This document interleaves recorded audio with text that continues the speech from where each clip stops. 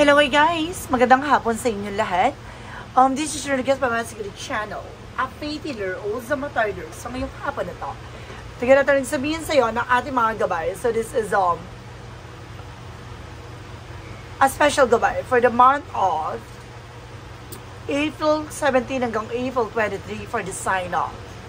For the sign of Capricorn. So Capri, welcome sa my channel.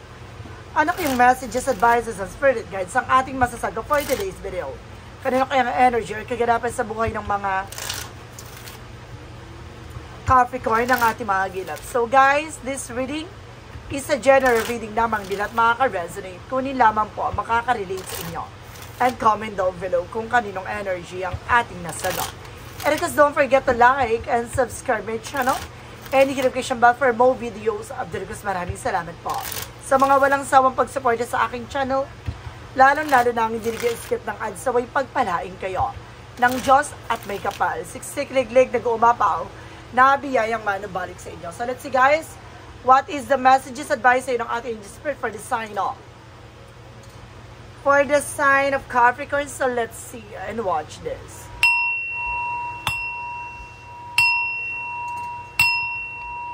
Angel Spirit, please give me information para kayo sabihin sa iyo ng ating mga barahan.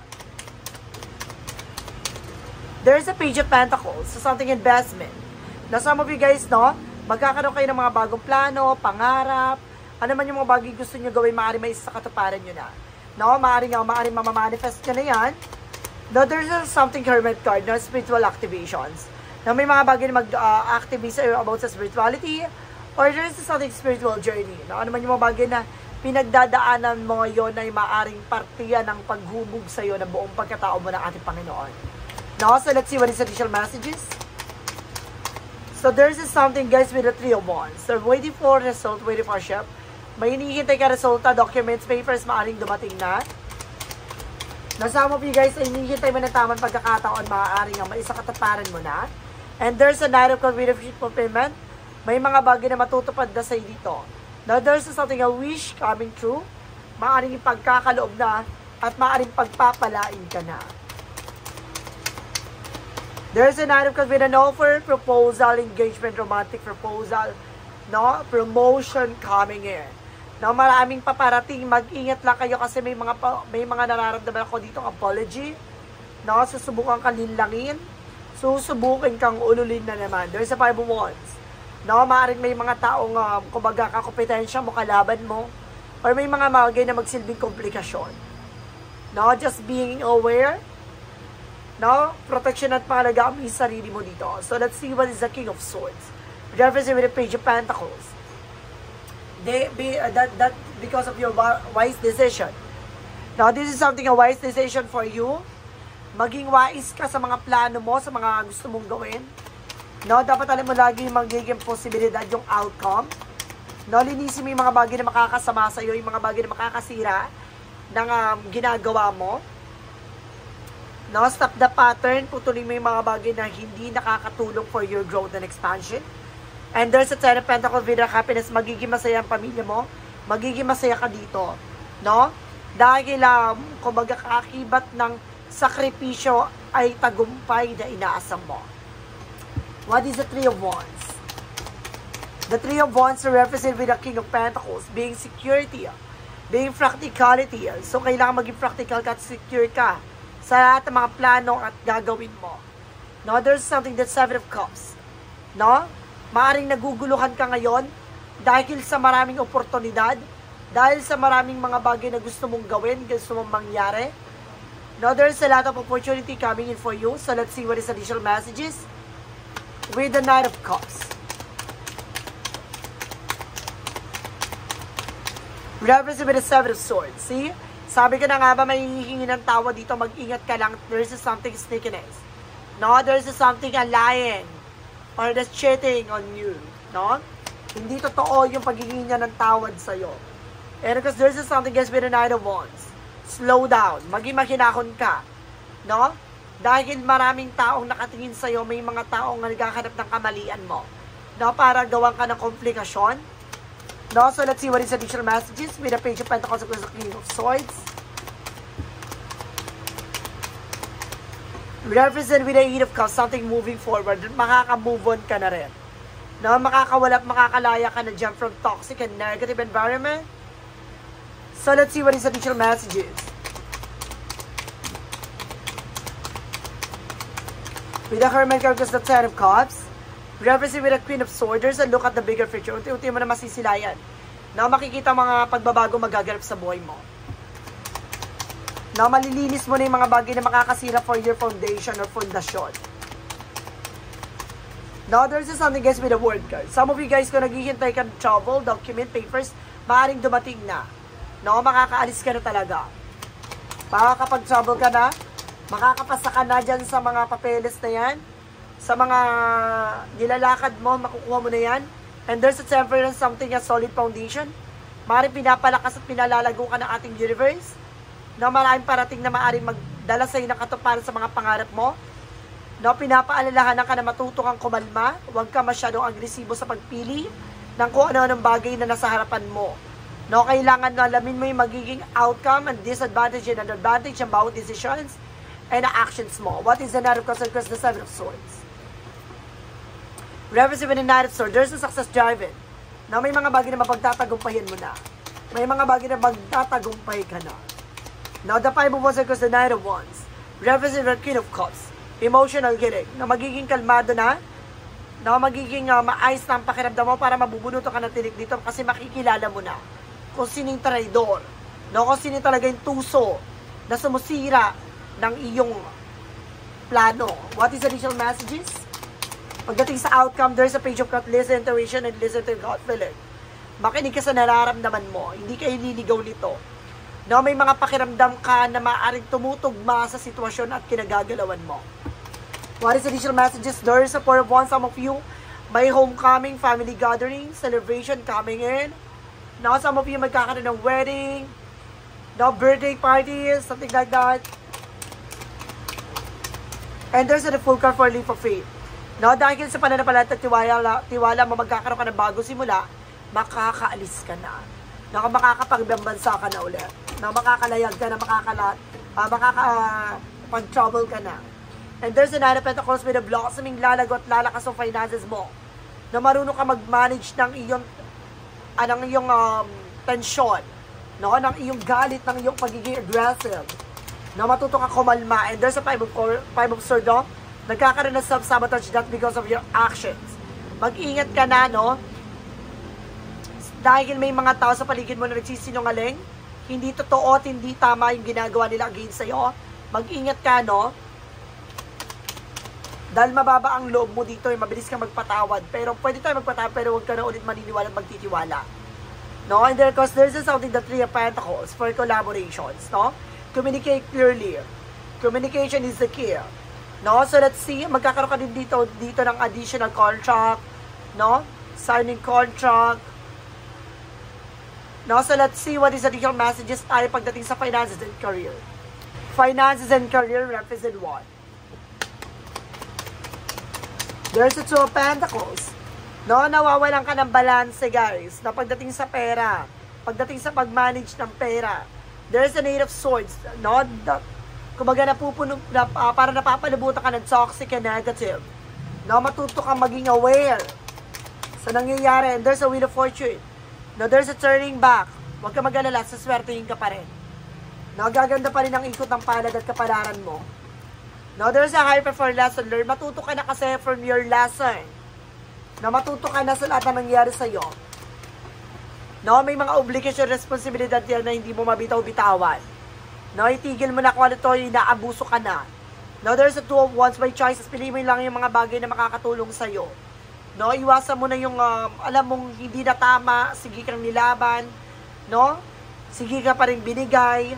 So, let's see what is additional messages pagdating sa love life. There's a Seven of Wands, protection at pangalagaan mo yung pag-ibig, pagmamahal at love life, relasyon. Dahil siguro kaya ayaw nitong magkaroon ka ng karelasyon dahil ayaw nila maputol yung obligasyon. No? There's a Six of Wands for victory, maaaring mananalo ka, no? Maaaring maging matagumpay ka dyan sa relasyon na yan. And there's a Seven of Pentacles with a harvest moment at magka-harvest ka na rin. No, magtatagumpay ka at makakamtan mo yung matagal mo nang hinihintay. No, there's something, the Devil card. Nga lang may gumagawa dito with a religious factor. No, ginagayuma or gusto kayong paghiwalayin. No, some of you, kumaga kinukulam kayo. What is additional messages? No, meron kayo, kumaga gusto kayong paghiwalay nito para hindi mapunta sa kanila yung pinaghirapan na asawa mo. No, there's or karelasyon mo. There's a Queen of Pentacles, no, or either ng pinaghirapan mo. There's a Queen of Pentacles, something maturity, maging mature ka na ngayon pagdating sa finances. And there's a Six of Pentacles, no, there's something give and take. Balance naman kayo ng jowa mo or ng asawa mo. No, kailangan nyo lang protection ng yung sarili nyo. Kailangan ng protection dito, ha. What is additional messages pagdating naman tayo sa kalusugan nyo? No, there's an Ace of Cups, nag-uumapaw ng pagmamahal. No, talagang katangi-tanging pagpapala, no, pagmamahal na ibinibigay nyo sa isa't isa. And there's a King of Cups for devoted, so for the person, at yung person mo devoted naman daw. No, it's of course supported. There's an Ace of Swords with a breakthrough. Malalaman mo na kung ano ba talaga yung nangyayari behind your back. There's a Ten of Swords, sabotage. See, nakalain na po na sinasabotahin niya kayo. No? May sumasabotahe sa inyo. There's a lovers talagang, kumaga pares kayo ng dalawa ng person mo, pares kayo ng dalawa ng person mo na pares kayo nararamdaman. No? Even yung mga anak nyo, ganun din yung nararamdaman. No? And there's something to focus. Umiwas kayo sa mga pagkain na bigay. No, diyan kayo tinitirada. No, para magkasakit kayo internal. No, some of you guys, no, kung ano na nararamdaman nyo ng person mo. So, let's see what is additional messages tayo with the magical prayer messages. And there's a lot of advices. So, let's see and watch this. Magical prayer messages surface in what?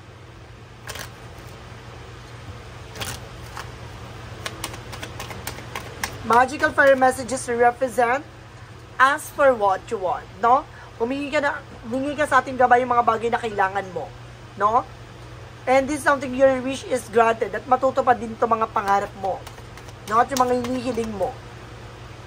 And affirmation, no? Always being positive and being optimistic. Naging positibo ka sa lahat ng eksena. Your desire is within reach, no? Alam mo yung mga pangarap mo, maaari makuha mo na. What is additional messages for yin and yang oracle card? And there's a lock and doubt. Alisin mo yung pag-alilangan mo, pagdadalawang isip. And there's an attractions. Not you are being attracted to anyone. No, malakas ang atake mo or either swerte ka. No, may swerte kang dala-dala. And there's an auto with harvest moment. No, pagdating sa business, swerte ka. No, at trabaho. And there's an action. Kailangan mo lang kumilos, gumalaw. So, let's see what is synchronicities represent what?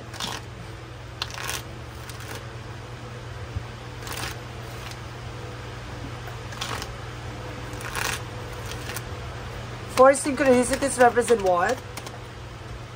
And there's a river flow. No, dadaloy na talaga lahat ng eksena ngayon. There's an invitation. Mag-ingat ka lang sa mga chismis, ha? Dahil may mga bagay dyan na hindi totoo. Huwag ka naniniwala. And there's a beauty. No, magiging maganda rin ang takbo ng sitwasyon mo, ng kalagayan mo, ng kalusugan mo, lahat ng mga bagay na yung magsisilbing magiging maganda. Now, let's see what is additional messages tayo. Nakapagdating naman tayo with Romance Angel for Mystic Love Oracle deck. Okay? So, there's something I'm sorry. I told you, may hihingi ng tawad. No? Sa minsan na nakasira ng inyong relasyon. And there's an addictions. No, some of you guys, meron dito addiction na nakaka-apekto sa ang inyong relasyon. No? And there's a between the lines. So, some of you guys, no, may mga bagay na nakatago dyan sa likod niyan. No, divine intervention, may mga paalala sa ng ating divine, you need to pay attention. No, sa nangyayari sa iyo. Pamaya yung gumagawa sa inyo, addict. No? Obsessed.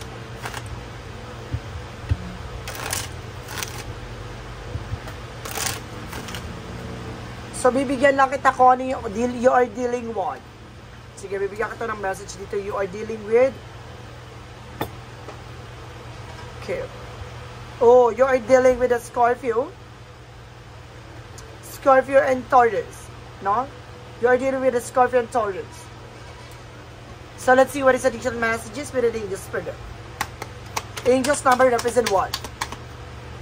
There's a 1441 with the unique skills. No? Kung baga sinasabi daw dito guys, it's time that It's the time of intense self-development. Focus your mind of craft. You already have what it takes to succeed, but practice make you a master. It also serves you to find your true purpose, leveling up in your career, and business is of priority right now. So, pwede ka mag-business. No, may swerte ka talaga. No, kayang-kaya mo talagang palaguin, palakasin yan. So, let's see what is the money matter represent what.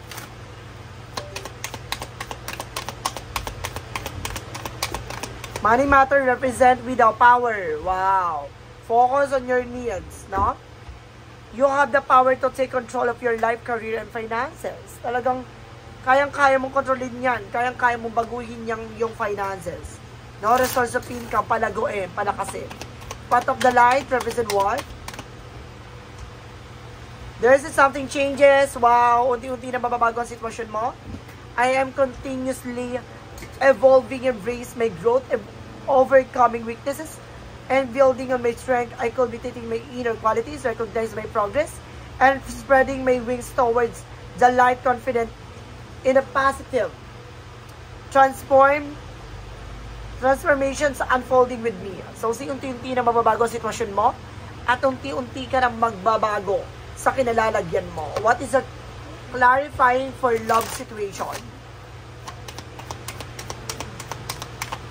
And there's a moon dreamer. Love illuminates even the dark of corners. So, see? Sa likod ng mga kadiliman, mga bagay na pinagdaanan mo, no, matutupad mo yung mga pangarap mo. Tulad ng buwan na nababalot ng kadiliman, no? Kumbaga siya ang magsisilbing liwanag sa lahat. So, parang ganun ka na rin. No, marami mga bagay na nangyayari sa iyo na napaka lalim, napaka down part na, pero handa ka pa rin bumangan. At ikaw mismo ang magliliwanag dyan at mag-aalis sa posisyon at sa kinalalagyan mo. No? So, let's see what is the shadow works represent what.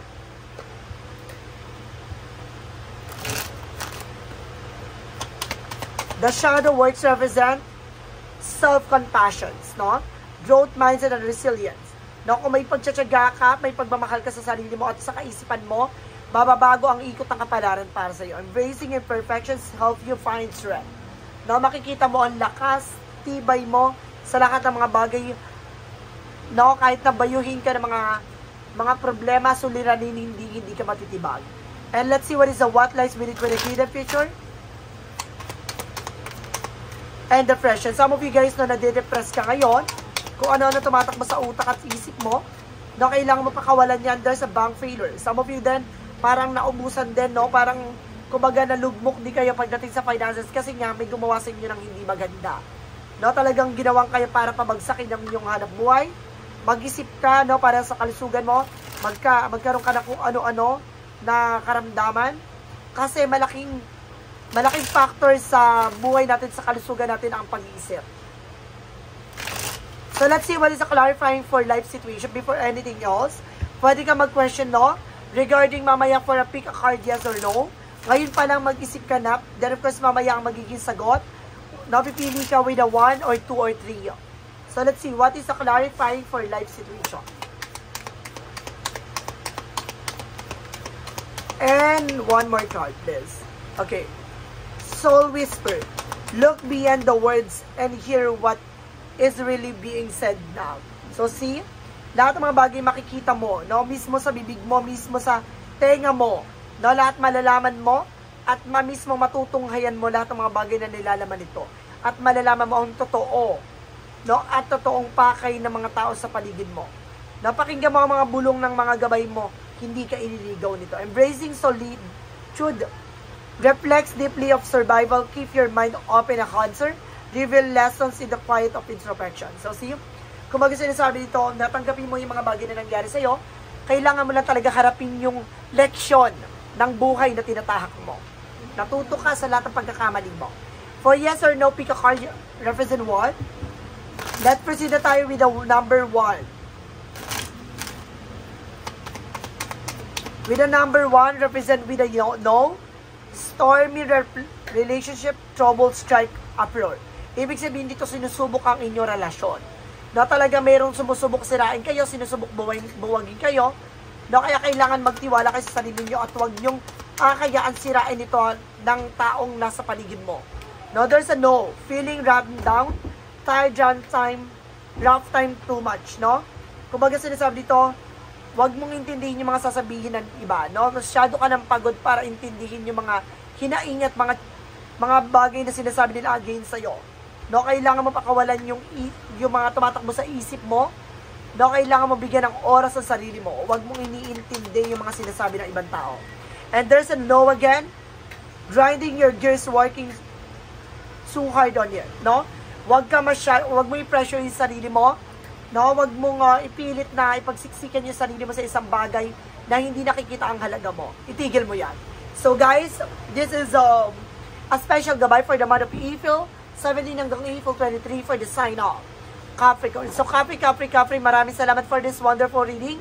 So once again, this reading is a general reading lamang nila at makaka-resonate. Kunin lamang po makaka-relate sa inyo and comment down below kung kaninong energy ang ating nasagot. But don't forget to like and subscribe my channel. And hit notification bell for more videos. Maraming salamat po.